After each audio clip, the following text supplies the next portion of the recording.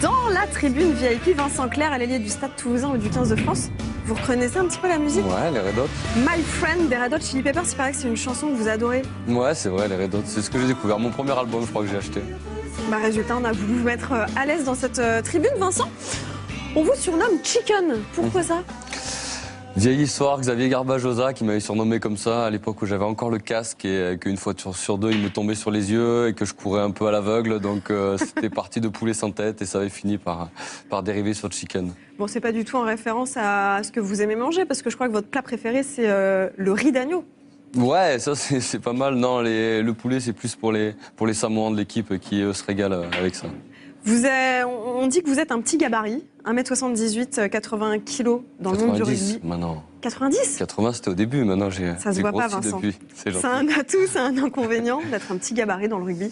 Je pense qu'il y a de la place un peu pour tout. Il faut surtout adapter son jeu à son gabarit. Moi, ça a plus été des facultés de déplacement, de répéter des efforts. Donc non, ça n'a jamais été un handicap. Je crois que ça a été même un atout pour développer la force mentale, parce que forcément, quand on a moins de gabarit, moins de physique, on s'accroche plus et peut-être qu'on a moins de facilité aussi. J'en ai moins eu jeune que certains.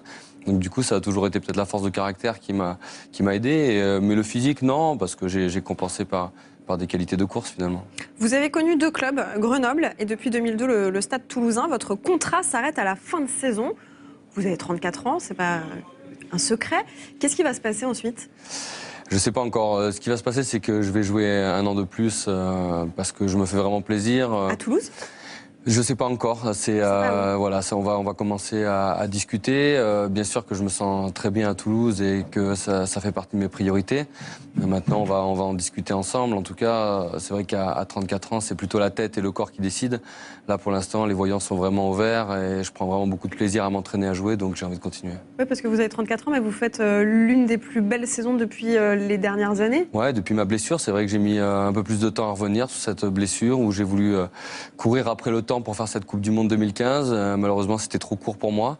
Mais du coup, tous ces efforts consentis depuis de longs mois payent cette année, donc je suis content. Si vous ne continuez pas en France, on pourrait vous retrouver au Japon. On sait qu'il y a beaucoup d'argent là-bas pour pouvoir jouer au rugby. Ouais, alors la motivation, elle n'est pas financière parce que maintenant, le projet de vie, il inclut aussi ma famille, ma femme, ma fille. Donc la destination, si elle n'est pas toulousaine, il faudra que ça soit un tout et que tout le monde s'épanouisse dans un nouveau projet. Mais pour l'instant, c'est pas d'actualité. Est-ce qu'après, vous pourriez devenir entraîneur ? C'est peu probable pour l'instant. C'est pas en tout cas une envie d'entraîner. J'ai pas envie de revivre les contraintes de partir tout le week-end, des analyses vidéo. Puis je sais pas si je suis prêt à ne plus être acteur et à subir le stress au bord du terrain. Donc rester dans le milieu du rugby, pourquoi pas. J'en ai envie. De la transmission, pourquoi pas aussi, mais entraîneur d'une équipe pro, c'est vraiment pas une envie des prochaines années. Vous avez l'expérience, on le disait avec Guy Novès tout à l'heure, votre beau-père, mais aussi votre coach depuis de longues années du côté de Toulouse, avant qu'il ne prenne la sélection. Lui, il vous influence comment ? Mais on n'en parle jamais, comme ça, il n'y a pas d'influence. Non, c'est vrai Avant, on se croisait 2 fois par jour puisqu'on s'entraînait. Maintenant, on se croise beaucoup moins. Puis là, il est dans une période où il a besoin d'être concentré. Donc, quand on se croise, on parle, mais pas forcément de rugby. Et en tout cas, sûrement pas de mes choix de carrière et ni de mes prestations. Parce que ça serait... vous conseiller, hein, ce serait pas... Mais je crois que je suis assez grand maintenant pour prendre mes propres choix. C'est vrai que j'ai de l'expérience et j'en ai vécu beaucoup à ses côtés. J'ai beaucoup appris. Mais à un moment donné, je crois que les choix de carrière, ils se font par ses envies, son feeling, et il faut éviter d'être influencé. Vous avez toujours été perçu comme le gendre idéal. Pourquoi ? Je sais pas, c'est une image qu'on m'a un peu collée. C'est une image qui vous plaît ? Elle me déplaît pas. Oui, elle est plutôt positive. Disons ce que m'a apporté la notoriété et le rugby, c'est de rencontrer des gens. Et je trouve qu'on fait des belles rencontres, on partage des nouvelles choses. Donc j'ai toujours eu un vrai plaisir à vivre des nouvelles aventures et à rencontrer des gens. Donc c'est peut-être pour ça qu'on m'a affublé de ce nom. Mais le gendre idéal, il a prévu quoi pour sa petite femme pour la Saint-Valentin ? Il est pas là, donc c'est pas top quand même. Je vais rentrer trop tard, donc j'ai pas prévu grand-chose. Mais hier, on a profité quand même. Ah, bon, ça rattrape un petit peu. Vous allez devoir vous rattraper encore après. Vous avez été aussi consultant en télévision. Est-ce que c'était une bonne expérience ? Très bonne, ouais. J'ai des similitudes avec le rugby ? Non, c'est très différent. Enfin, si ce n'est qu'on est plutôt à l'aise parce qu'on parle de quelque chose qu'on connaît. On reste en contact avec le milieu, donc c'est vrai que c'est plaisant. Après, c'est un coup à prendre aussi, c'est un ton, c'est savoir comment parler, comment s'adresser aux gens, parce qu'on le fait pas pareil à la télé qu'après un match en interview. Mais c'était une expérience qui m'a plu parce que vraiment, elle était différente, mais tout en restant en contact avec le milieu que je connais. Vous êtes recordman d'essais en Coupe d'Europe, 36 essais. Mais Chris Ashton, l'ailier des Saracens, arrive derrière avec 30 essais. Est-ce que c'est lui qui va faire tomber votre record ? Mais je sais pas, j'aurais bien aimé continuer à en marquer quelques-uns, mais malheureusement, la Coupe d'Europe s'est arrêtée trop tôt. On verra si je la joue l'année prochaine. Mais oui, de toute façon, les records sont faits pour être battu. Il est jeune, il joue dans un grand club européen qui va jouer les premiers rôles encore pendant quelques années, donc c'est pas impossible que ça soit par lui qui tombe. Vincent, vous êtes quelqu'un de très discret, de rares photos de vous et de votre femme ou avec votre fille, mais en revanche, vous n'hésitez pas à vous mettre à nu plusieurs années de suite, 4 fois, dans le calendrier des dieux du stade. Vous l'aimez bien l'image du beau gosse du monde du rugby ? Disons que c'était il y a longtemps. Hein. C'était il y a longtemps. Mais je trouvais que c'était une expérience pareille, différente, que je connaissais pas. J'avais rencontré Max Guazzini à l'époque, qui avait été très sympa et avec qui j'avais sympathisé. Et du coup, c'était un peu gênant au début, puis après c'était un jeu. Voilà, c'était l'époque où je faisais beaucoup de moto.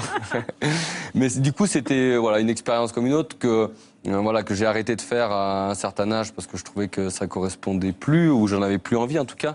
Mais ça a été quelque chose de très marrant. C'est bien de se diversifier. Si vous n'aviez pas fait de rugby, qu'est-ce que vous auriez fait, Vincent ? J'étais parti pour être kiné. Enfin, j'avais envie de faire ça. Après, j'ai réussi à continuer les études pendant le rugby, mais c'est vrai que le kiné, ça se rapprochait aussi du sport. Je voulais faire kiné du sport. J'ai toujours été passionné de ça. On est content que vous ayez choisi le rugby. Voilà, mais c'est arrivé un peu par hasard puisque j'étais pas prédestiné, je pense, à faire une carrière professionnelle et donc je m'étais orienté plutôt vers la kiné, mais chose que je ferai pas finalement après parce que les joueurs sont trop chiants à soigner. Merci beaucoup Vincent. La Rochelle-Toulouse, c'est le prochain match de votre club, ce sera samedi prochain. Une information qui vient de tomber, Serge Aurier a été mis à pied à titre conservatoire par le Paris Saint-Germain. On l'écoute. J'ai fait une grosse connerie. Je suis là pour m'excuser auprès du coach, mes coéquipiers, le club et les supporters, parce que je pense qu'aujourd'hui, c'est les personnes les plus importantes qui sont dans ce club et je trouve ça normal de m'excuser auprès d'eux.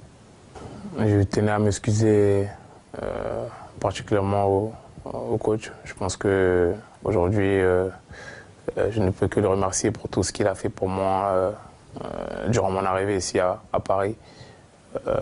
Il m'a voulu, je suis venu et ça se passe super bien. Donc voilà, vis-à-vis de lui, je pense que je le dois beaucoup. Et c'est pour ça que je m'excuse ce soir sincèrement pour tout ce qui a été dit et je regrette sincèrement.